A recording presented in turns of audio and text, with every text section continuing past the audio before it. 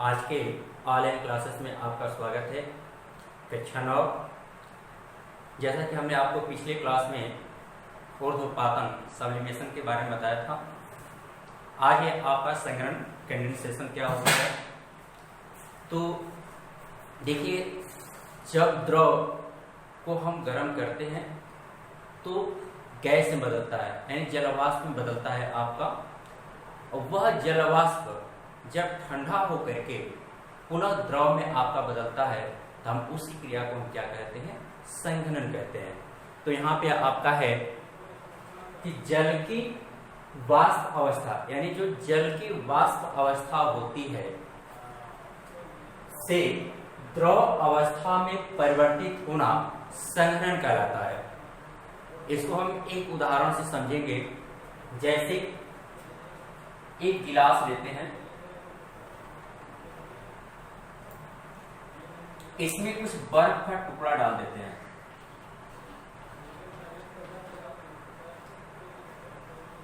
ये आपका बर्फ का टुकड़ा है। इसको हम कुछ देर के लिए छोड़ देंगे। कुछ देर के बाद हम इसको देखेंगे कि जो गिलास की बाहरी सतह है, यहाँ पे आपको जल की छोटी छोटी बूंदें दिखाई देंगी। यहाँ पे यानी जल की जो बाहरी सतह है वहां पे आपको जल की छोटी छोटी बूंदें दिखाई देंगी। आखिर यह जल की छोटी छोटी बूंदें कहां से आई? तो आप जानते हैं इस वायुमंडल में अनेक तरह की गैसें पाई जाती हैं, उसमें आपका जलवाष्प भी होता है। तो वह जो जलवाष्प होता है, तो आप जब इसमें बर्फ डालेंगे तो ये गिलास की जो सतह होगा वो क्या हो जाएगी, ठंडी हो जाएगी। गिलास की सतह आपकी ठंडी हो जाएगी। तो जो जलवाष्प होता है आपका, जलवाष्प जब इस गिलास के सतह के संपर्क में आता है, जलवाष्प जब इस गिलास के सतह के संपर्क में आता है तो वह ठंडी होकर के, यानी संघनित होकर के क्या करता है, जल की छोटी छोटी बूंदों के रूप में इस पर दिखाई देता है। तो इसी क्रिया को हम क्या कहते हैं, संघनन कहते हैं। यानी जो जलवाष्प है, जलवाष्प से द्रव अवस्था में बदलने की जो क्रिया होती है उसी को हम संघनन कहते हैं। एक और उदाहरण, जैसे पानी का जो बरसना होता है वो भी इसी संघनन के द्वारा ही होता है। जैसे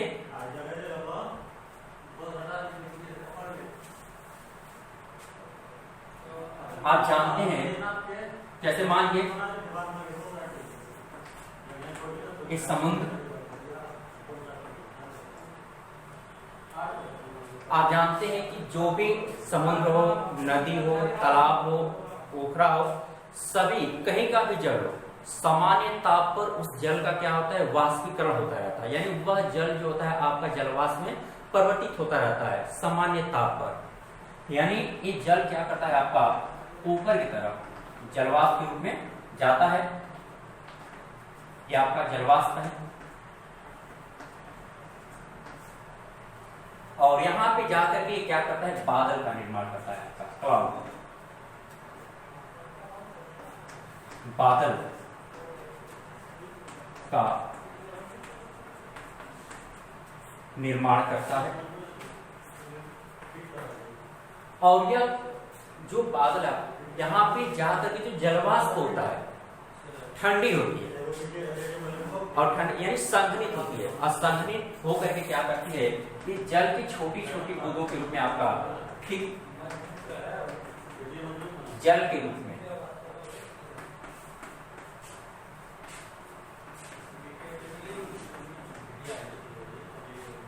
यानी वर्षा के रूप में आप कर सकते हैं, वर्षा के रूप में यही जल आपका क्या करता है, फिर आपके धरा पे यानी पृथ्वी पर आता है। इसी तरह से आपका क्या होता है, ये वर्षा की क्रिया होती है। यानी जो वर्षा होती है आपकी, वह संघनन के कारण, यानी संघनन जो क्रिया होती है उसके कारण होता है। आगे है आपका आसवन, डिस्टिलेशन क्या होता है। अब आपका आसवन, डिस्टिलेशन। देखिए, जो आसवन होता है यह संघनन का ही एक रूप होता है। इसमें क्या होता है आपका, कि द्रव को हम गर्म करके वाष्प में परिवर्तित करते हैं। यानी द्रव को हम गर्म करके वाष्प में परिवर्तित किया जाता है और फिर वाष्प को ठंडा करके हम द्रव में परिवर्तित करते हैं और इसी क्रिया को हम क्या कहते हैं, आसवन कहते हैं। यानी वह प्रक्रिया जिसमें किसी द्रव को गर्म करके वाष्प में परिवर्तित किया जाता है, फिर वाष्प को ठंडा करके द्रव में संघनित किया जाता है, आसवन कहलाता है। देखिए जो आसवन होता है यह विधि जब दो द्रवों के क्वथनांकों में अंतर अधिक हो, यानी दो घुलनशील द्रव हो आपस में घुल जाते हो, यदि हमको उनको अलग करना है तो उनकी क्वथनांकों में क्या होना चाहिए कि अंतर 25 डिग्री सेंटीग्रेड हो या उससे अधिक हो, तभी हम आसवन विधि के द्वारा हम उसको क्या कर सकते हैं, अलग कर सकते हैं। देखिए आसवन विधि दो प्रकार से होती है, एक साधारण आसवन होता है, एक प्रभाजी आसवन होता है। तो साधारण आसवन में हम जब दो घुलनशील द्रवों का जो क्वथनांक होता है उसमें 25 डिग्री सेल्सियस का अंतर हो। प्रभाजी आसवन में क्या होता है कि उसका जो क्वथनांक है दोनों का 0 से लेकर के 25 के बीच में हो, यानी उनमें अंतर क्या हो, कम हो, तो उसको हम प्रभाजी आसवन से अलग करते हैं। और इसको हम क्या करते हैं, जिसमें अधिक अंतर होगा क्वथनांकों में, उसको हम साधारण यानी आसवन विधि से इसको हम अलग करते हैं। जैसे आप समुद्र का जल है, समुद्र के जल में आप जानते हैं नमक होता है और बहुत से आपके मिनरल्स होते हैं, बहुत से यौगिक होते हैं उसमें आपके। तो इसको अलग करने के लिए जैसे मान लीजिए एक पात्र है, इसमें आप समुद्र का जल ले लिए, लेने के बाद ये जो पात्र है इसका नली के माध्यम से संपर्क यहाँ होगा एक दूसरे पात्र में, और हम जो समुद्र का जल है इसको हम गर्म करेंगे। जब हम गर्म करेंगे तो ये जल क्या करेगा, आपका अपने क्वथनांक पर जाकर के उबलने लगेगा और उबल करके ये जलवाष्प में परिवर्तित होगा।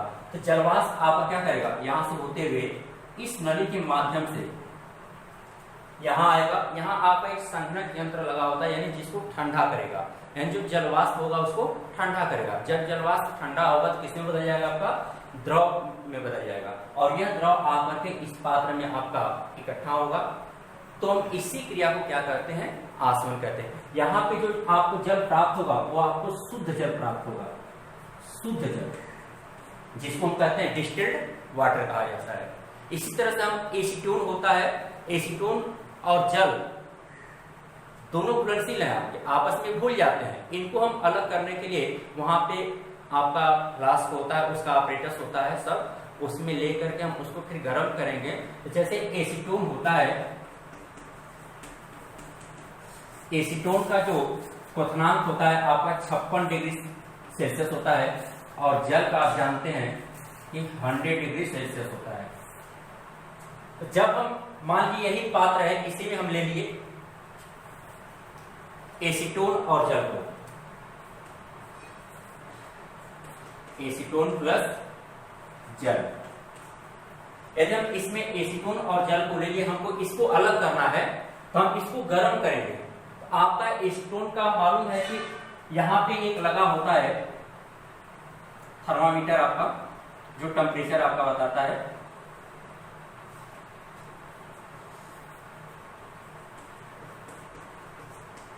थर्मामीटर लगा होता है जो टेम्परेचर को क्या करता है, वो बताता है। जब आपका ताप 56 डिग्री सेल्सियस होगा तो यहाँ से जो एसीटोन होगा आपका जलवाष्प के रूप में परिवर्तित होकर क्या करेगा, आपका यहाँ आएगा और यहाँ संग्रहित होकर क्या करेगा, आपका फिर द्रव में बदल जाएगा और यहाँ आपको क्या मिल जाएगा, एसीटोन मिलेगा। चूंकि जल का क्वथनांक आपका 100 डिग्री सेल्सियस है, तो जल आपका 100 डिग्री सेल्सियस पर न गर्म उबलेगा, आपका जलवाष्प में बदलेगा। इससे पहले आपका एसीटोन क्या करेगा, इससे अलग हो जाएगा। यानी हम इस तरह से दो घुलनशील द्रवों को हम क्या कर सकते हैं, अलग कर सकते हैं। बस आज के लिए इतना ही। Thank you.